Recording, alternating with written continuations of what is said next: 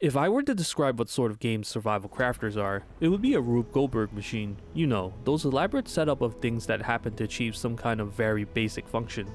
But for survival crafting games, it's a bunch of those tied together that somehow loops amongst themselves. Rigmarole is the point in a way. I cannot tell you how seriously impressed I am with AETHUS, yet at the same time how potentially frustrating the experience is. Having played a fair amount of these types of games in the genre, such as 7 Days to Die, Raft, Valheim, Enshrouded, Sunken Land, Abiotic Factor, both The Force and Sons of the Forest, Subnautica, and so on, AETHUS takes a lot of what makes these games good, engaging, or at least interesting, and takes its own spin on the formula in a way that's tastefully done. This game, however, is only single player, and although I'm not inclined to play these sorts of games solo, this game has a narrative focus, which is rare and not what I expected from these sort of sandbox interaction style games. However, AETHUS doesn't particularly stray from what makes survival crafting games what they are necessarily, so if you're on the fence on these games and can handle the tedium and repetition, I'd say that this game offers quality hours that you can get from titles such as these. Cutting the fat of item management and creating some sort of unique experience that comes afterwards is something a lot of these games kinda struggle with, and I'm glad to say that this one hits quite a peak for me, albeit with some issues. In my opinion, this is the sort of game that the developer expects you to trust in the process, which understandably doesn't mesh as well for sales if you want something that is engaging from the get-go. Foremost, there is no map in the game, which I like a lot. You have to mentally map out where everything is, but the game is designed so you hardly get lost in my opinion if you're looking out for landmarks and whatnot. There is also no combat, as it's really a game about adapting to the harsh environments. It's also survival-lite. There are no dramatic negative effects from not adhering from the needs of food, water, or sleep. But if you want, you can change that and other aspects of its gameplay, as there are a bunch of options to customize the difficulty of the game, and this does not lock the achievements. So, it's a very modifiable experience if you don't agree on what's right or seems fair to you. If you put about 3 to 4 hours to see what's what, then you'll be surprised how much of the design respects your capabilities to figure things out, as some elements remind me of old school game design, particularly in the way that you're supposed to solve puzzling elements or find items to advance an objective. If you like some ambiguity or hints in figuring out some things, this game has some of that. However, the game is very much the half work, half fun of doing the same sort of things that really tried my patience by the end, even knowing what these games are like. Its interpretation of that might be off-putting or not compelling enough, as it expects you to run back and forth constantly, while occasionally reaching out beyond your comfort zone to dig a bit deeper. As an immediate gut reaction to the game, I'd say although it resembles much of the gameplay that you expect from others of this genre, you know, the laborious nature of mindlessly collecting many things, it has really well crafted and designed aspects that break away from what you would expect. For instance, unlike other survival crafters, this one lets you parse items simply by pointing your cursor at the storage, while you can also craft items by automatically pulling items out of any of them. You can move entire structures and will additionally move all the structures inside, so you don't have to rearrange and transfer items afterwards. There's also an automation aspect to it, so you can gather materials passively once you learn how to establish it. You'd expect things like this to be the standard by now for these sorts of games, but apparently not. But that's not the reason why it deserves praise in of itself. The game, I would say, is rather slow and methodic, as it takes a deliberately slow approach in introducing you to its mechanics, surroundings, and generally how you're expected to fulfill what the game wants from you. But also, it guides you in the right direction and gives the player some agency to pursue your own goals at the same time, and it expects you to fill in the gaps of what you lack in between or what you personally think is better. So it's all a bit interconnected in a way that intuitively makes sense, and encourages that 5 more minutes mentality to get the next thing. It also has secrets and neat achievements. You have 3 underground areas to explore, and progression is noted by the new resources you find as you advance deeper by completing objectives that often require you to craft things. What is interesting is that the overall scope or how you interact with the game doesn't really change too much. What you see and how you interact with how the game from 2 hours in is about the same as 20 hours in. The limitations and relative complexity of it doesn't really change. There aren't upgrades that increase how much resources you gain, but only the rate at which you obtain them, so the overall limitations are the ore nodes themselves. You do get facilities and pathway shortcuts to make processes easier, but it also increases how much busy work you need to load up materials and whatnot to create something in a chain.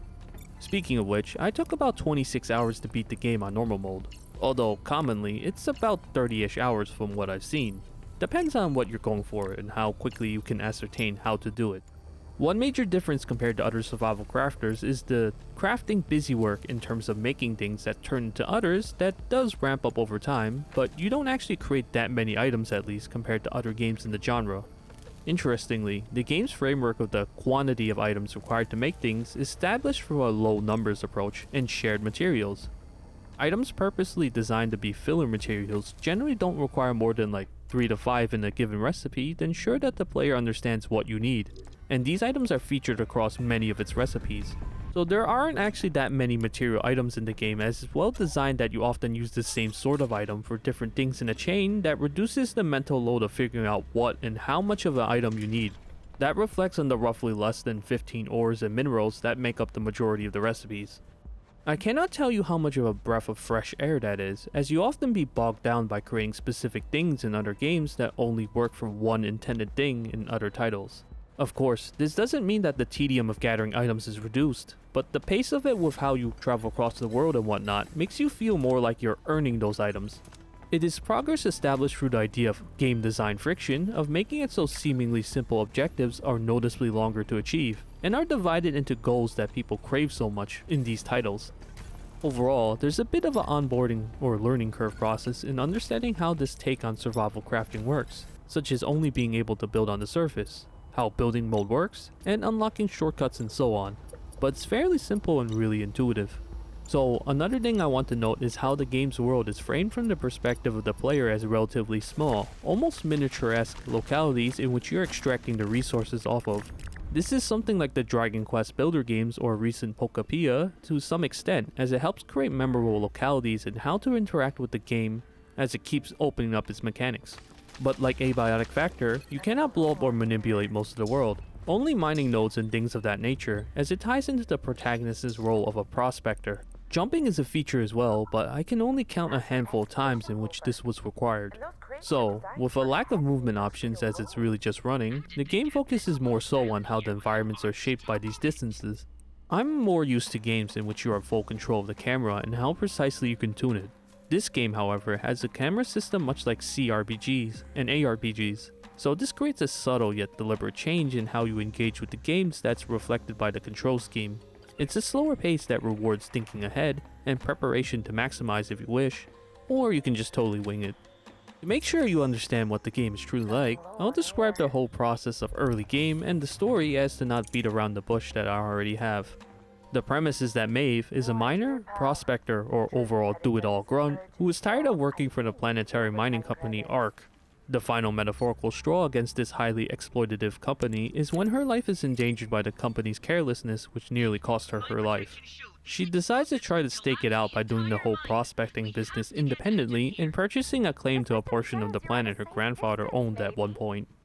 Alongside you is Roland, an intelligent floating robot who serves as your friend, guide, and trusty mining apparatus that her granddad passed on to her at some point prior to his passing.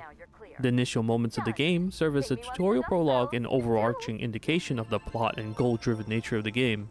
Think of it as a Stardew Valley opening moment, tinged with an extra sense of desperation. The prologue is intentionally generic, I think, but it's more so the alright, cool, whatever sort.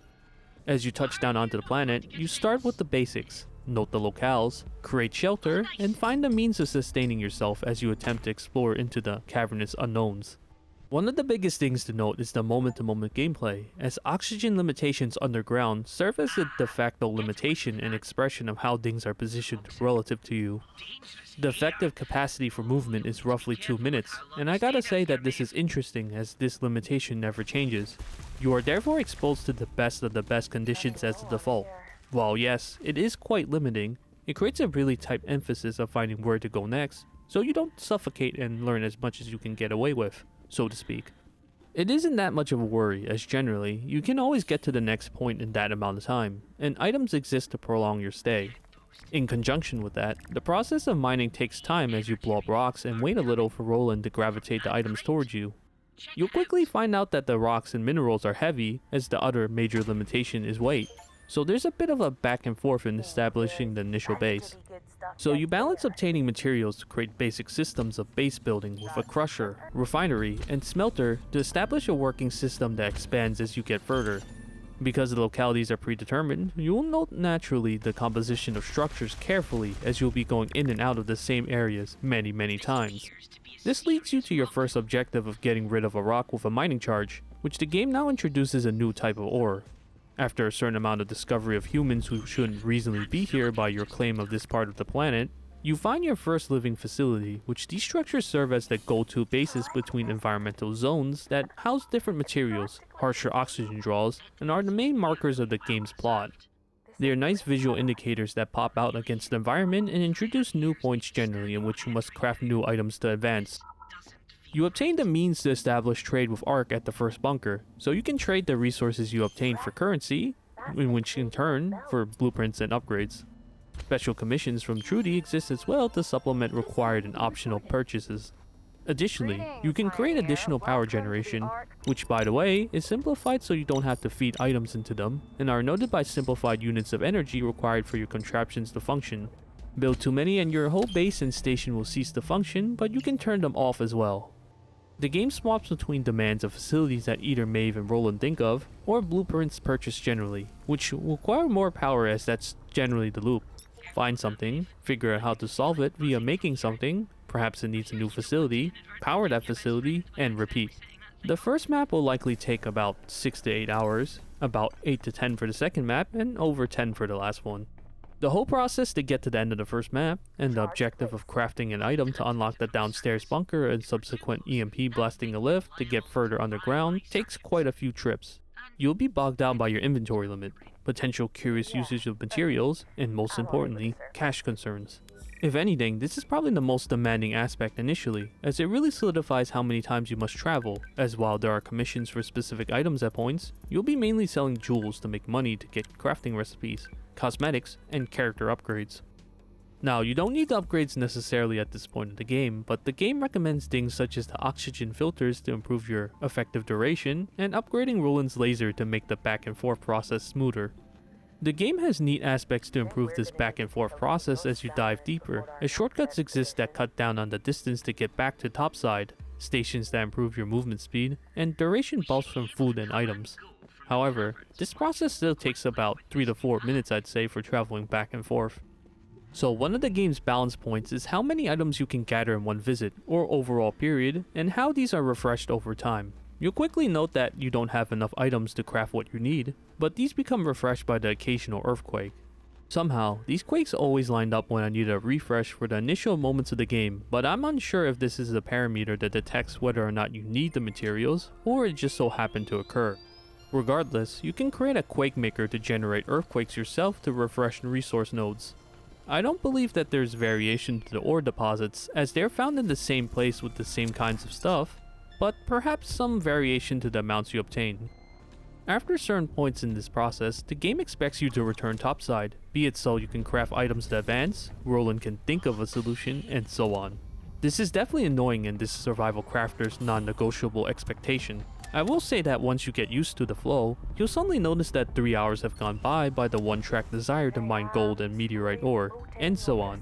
This process really gets overused unfortunately, as it ties into the requirement that you basically can't craft anything downside, save for some facilities that exist at particular locations. If I were to describe it, the amount of times required to do this is like a J-shaped curve.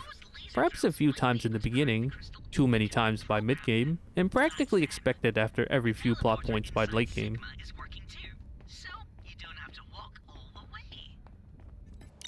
But the game really opens up after being able to use the elevator, and the exposure to an underground jungle map with lots of vegetation is a welcome sight compared to the dusty browns of early game. It introduces the ideas of different pathways and decisions on what to focus on first, new items to craft, increased prices to offset your potential gains, and so on. That begins the process of mid-game. This is precisely what I meant by when the game doesn't show off its strengths immediately, as I was intrigued by the game about 3 to 4 hours in, but wasn't fully captivated until the 6 to 8 mark. Think of it as the Xenoblade Chronicles Gar Plains moment in which the game really shows its true colors, albeit not as dramatically for this game. So at this point, I want to note the story, sound design, and then some negatives. The story is fairly simple as you attempt to unravel what's going on as you advance deeper underground, with the occasional document to know what the people are doing here and what it's like to live in such conditions that conflict with your claim to this particular section of this planet. It's the kind of story in which the major events have already occurred, and you are picking up the scraps to piece everything together. Therefore, it's a story without choices or interactability. If I had to note its structure, I would say it's one that picks up a little too late as it finally comes together in the third area, but it's compelling enough to make me want to keep up with its rather tedious gameplay. Shocking truths, science fiction, and genuinely interesting themes lie in its main format of dialogue between a small cast of characters. And while there's genuinely good and interesting writing from all the digital records that you pick up, I wish these would have an audio option too. If there's one idea that portrays the plot, it would be, this time it'll be different, for many reasons. So I think the story's rather simple, but what sells it is the voice acting. Dialogue is definitely a high point, mainly between the interactions between Maeve and Roland. The two serve as best buds that motivate each other to try their hardest, yet I wish they actually spoke more. What was that? Something about asking me to reverse your suit's sanitary processing operations? You are a lovely and clever companion, and I appreciate you. Thought so. Usually, story and conversation moments are reserved for moving the plot forward or after you return from the surface, and while there are quips here and there, I feel like the dialogue overall was intentionally toned down to avoid complaints that characters might speak too much. Furthermore, and perhaps it's just the banter so iconic to English humor, but the dry insults and metaphorical snide jabs between the duo become a bit one note when these are repeated, as that's really the predominant way they interact beyond the serious moments. It got to the point which I can tell that they're going to rib each other afterwards. It's good stuff, but it feels overly forced at times. Though it makes perfect sense to lighten the mood in such lonely and harsh circumstances. And spindle in some tricky and clever way. Well, if you're going to steal my dramatic save-the-day moment... Roland, thank you. Really, it means so much to me that you're here. Okay, enough with the sappy stuff. Here's the crafting plan. Get moving already. Characters other than Trudy, who is the representative between you and Ark, foremost are functionally grounded characters made in mind solely around the story or objectives found in the game. They are a little flat and you don't learn too much about them, but that's fine. What is interesting is the amount of retrospection that Maeve and Roland delve upon after speaking to these people. It's something I appreciate a lot that tells you how much care is put in how characters react, push back, and assume how things work. What the hell just happened? Before we figure that out, you need to deconstruct and rebuild our comms antenna right now. What? Why? Trust me, please. I'll explain, but right now I need to focus on writing some tricky code. Alright, antenna gone and antenna back again. Care to explain why I did that? Deconstructing it allowed me to delete the comms logs without it being obvious. Rebuilding it allowed me to install some particularly clever checksum obfuscation code to hide any sideband transmissions. Also without it being obvious. What now? Code minion stuff. Point is, it wasn't Ark who called. What? Ark is the whole planet locked down. Indeed. So, if they ever found out we were talking to someone else... Yeah, okay, we don't want that. What you mainly get from the atmosphere and music of the world is that which speaks of its isolated nature, which is great by the way. The sound design is amazing as you hear Maeve's soon-to-be strained breathing, Roland or Maeve's monotone indicators speaking about your oxygen levels, and the echoing of your activities in these desolate environments. And yet, the game does feel a bit dull in a not so good way however, as there aren't any life forms besides vegetation and mushrooms, but that is intentional. I think the music works well enough, but not for listening to it for 30 or so hours on loop, as there could be more music or variations as well. If I'm going to be mining for 30 or so hours doing the same sort of things, something to change it up would go a long way. I could just boot up my own music, but when I'm playing a game, I like to put all my attention and mental resources to make sure that I'm experiencing the game as a developer would hopefully like you to. The back and forth does get annoying at points, but I don't think this game was really meant to be played for super long durations of time, though I did feel it was a slog before you get the elevator to traverse between levels. I saw a few negative Steam reviews that noted that the tedium doesn't lower when you obtain more advanced means to solve your issues, and that is true. The game doesn't get less annoying, so to speak, in going for what you're going to do and how you're going to do it. But in my opinion, that's kind of the norm for the genre. You will be interacting with many more facilities to get what you want, generally speaking. But yeah, I agree however, as I think that upgrades to the suit for additional oxygen and more efficient means to get materials should be here as progression upgrades. But if you don't agree, there are options to tweak the game's parameters to your liking. Tweaks to overall gameplay would be much appreciated, but after experiencing the whole game, I would say it fits the nature of what it's going for pretty well. The game may not be compelling enough as the story picks up really late while it expects you to constantly run back and forth. It kind of feels like a borderline chore to play at points. AETHUS is a game with a very specific approach to its game design that really shows you how to stick to one sort of aspect and make it the best that it can potentially be, at least to the constraints of a solo developer. I think to make this sort of game by oneself is a serious feat, as I got swept up by far too many solo developer games that, while they are good, they don't do anything memorable. This bucks the trend of a fine sharp point with multiple elements such as story and voice work, figuring things out occasionally on your own, and tight game design. Yet, in my opinion, if this game was made with more people with extra features, I think that the scope would have been realized a bit more. I understand this isn't how game development works, or throwing more people into a project means a better game, but when you have pushback and ideas to what is here, and how others rationalize judgments of what the form of something can be, then it helps produce a more nuanced product. Ultimately, for solo devs, it comes back to the specifics and limitations of that one person in the end, for the solo project. There's really only so much one person can do. I think that this game could have been seriously improved by extra manpower in some aspects given the genre. For instance, the game practically requires you to obtain the drills to automatically mine early materials that saves a lot of the headache and frustration of runbacks in endgame. Of course, you still will do so, but it's not required for the last material in the game for whatever reason, as there isn't a compelling enough reason to have a lot more of that ore. And while I don't have issues with the UI, I think some aspects of it can be improved, such as the dialogue boxes. And you often get stuck on bits of geometry, which, while it doesn't annoy me, I can see people getting annoyed at that given how you have to swing the camera around sometimes to see what's blocking you. The game is somewhat lacking in presentation, and some elements strongly feel like it could not be made with just one person, as you can't have things such as other live human beings, more characters, detailed animation work, and so on, as these things take very specific skills and time investment. I like how there's artwork for the game, but this is used sparingly only at the very beginning and the end. I would love to see more of it. In a way, how this game is framed feels like the best someone could make, while knowing that it's a one-person project. Everyone starts somewhere, however, and this is one of the best solo indie dev projects I've played. AETHUS provides an experience that isn't piecemeal by DLC or upcoming updates for the full experience, and is a full 1.0 experience in the truest sense, unlike so many survival crafter games. I'm hoping that Cosmonaut Games will expand, as I'm looking forward to their future games. Thanks for watching, and I would really appreciate it if you subscribed.